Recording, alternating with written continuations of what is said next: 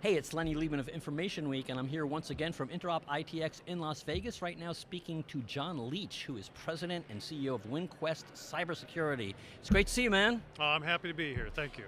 Listen, here's the first thing I wanted to talk about, which is the shortfall in cybersecurity people. We talk so much about sort of technologies and techniques and understanding threats, but when it comes down to it, there's just this tremendous shortfall, not only in the number of people, but people who have the kind of skills and experience we need to keep our organizations safe. Absolutely. There was a report a number of years ago that estimated the nation was short between 200,000 and 300,000 cybersecurity experts.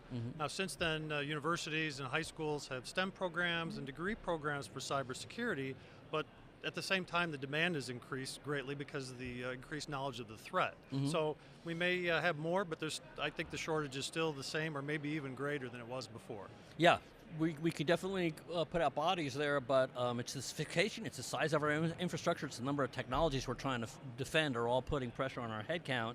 So is that part of sort of the Winquest cybersecurity value proposition, is that you provide me with sort of on-demand access to trained, skilled professionals? Absolutely. That's one of the things we're here at Interop for, is rolling out our Winquest Cyberware, which is designed specifically to provide cybersecurity expertise to managed service providers that they may not have on staff, yet it's being demanded by their clients. And in your literature, I saw in particular a reference to this notion that you're somehow military grade as an organization. Maybe you want to talk about that a little bit. Sure. So the military grade comes from most of our members are veterans or former military. But it's more than that. It's a service ethic, and a service ethic shared by military people, police, fire, teachers, where it really doesn't matter what job you're doing, you just want to provide the best service possible to your clients. And those are the kinds of people we look for, client first. Yeah. I also thought it was interesting in doing some research on you guys that you kind of emphasize this idea of working with law enforcement as kind of the overall cybersecurity package. Again, I know a lot of us focus on the particular technology, but given sort of state actors and criminal actors, it's really important for us to do what the forensics right and get involved with the FBI or whatever correctly. Can you talk to me about that a little bit? Yes, we work with the FBI when necessary. If we get called on an incident response by the client and the FBI is involved, then we have to take extra steps to make sure that we are identifying and tagging evidence correctly, hard drives, things like that. We'll make forensic copies of them. And the FBI like working with us because our personnel have a balance of IT knowledge and cybersecurity knowledge. Yeah, I mean, it's really one of the most common errors, I think. It's decreasing now that we make, which is something goes wrong, we have some infection, we start wiping everything, and then we lose the whole ability to figure out, to get to the root cause.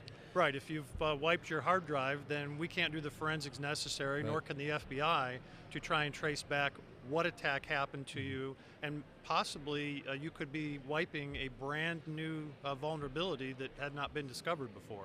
Yeah. So you don't want to do that. No, we don't.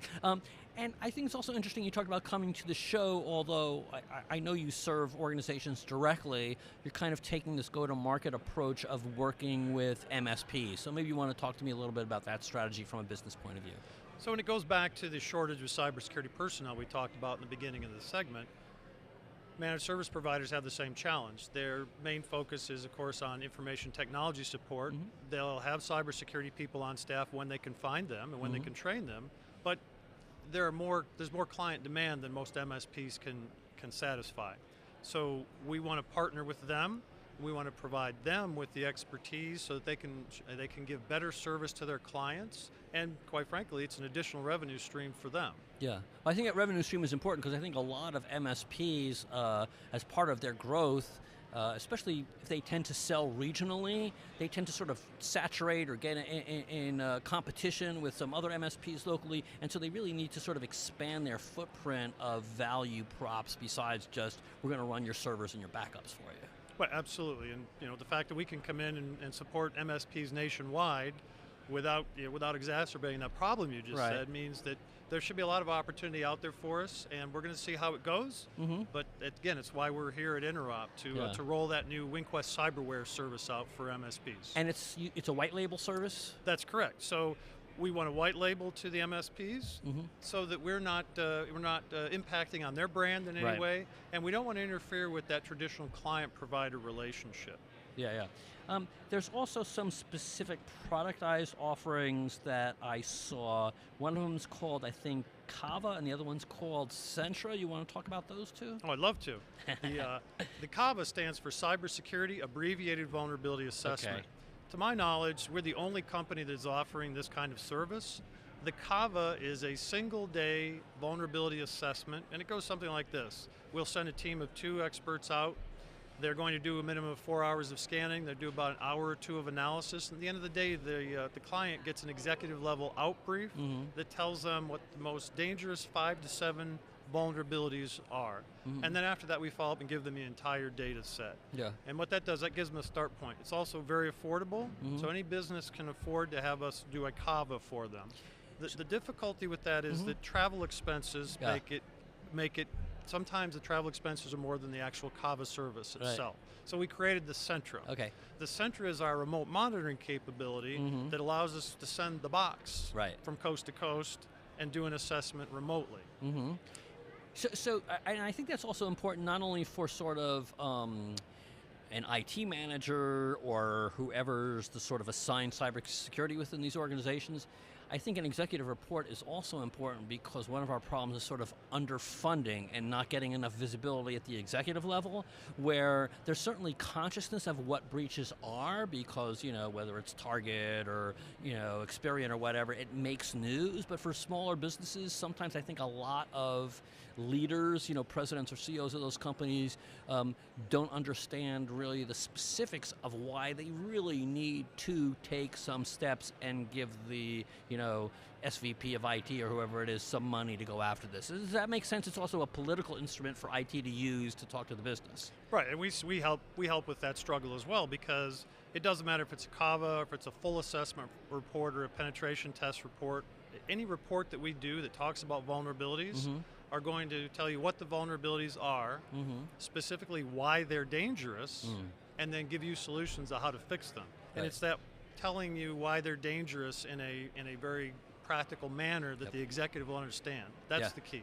Yeah, it's really important. I think that we're at that point where we need to sort of communicate much better between technology, security, cyber people, and the business, because it's still woefully underfunded at most organizations. But it's seen as like insurance. Right. You don't see the return on investment. Necessarily. Yeah.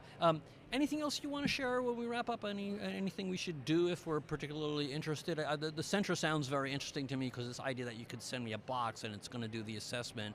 Maybe you want to just talk about a little call to action. Well, so just real quick, the Centra, it just allows us to have remote access into your network. It's still our experts doing the assessment, and we don't get to do the physical security. We don't get to do the insider threat when we do the Centra. But it's better than you're not doing anything at all because of travel costs. Sure. I guess as a wrap it would be companies can do the most simple things.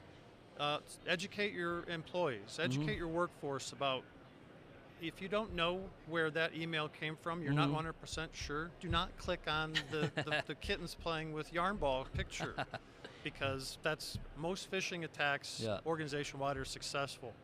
We have a client that did one for their IT department, who should know better, and 10% of the IT people clicked on the test email as well. So that's probably the number one thing can do from an employee perspective. Very quickly, prepare for ransomware. You need to back up your data. So when you get hit with ransomware, you can say, no thank you, and you can reload your data and keep on going. Otherwise, you're in big trouble. And you're especially putting out, again, a call to MSPs who are looking to expand their security offerings. Go ahead and give you a call, and you can help them with some white label stuff. Absolutely. So we're on the web, and come find us at winquestcyber.com. Great. Good talk to you, man. Thank you very much. Again, that's Lenny Liebmann of InformationWeek here at Interop ITX in Las Vegas. Please stay tuned. We've got some more talk for you coming up that you may find useful, so we'll be right back.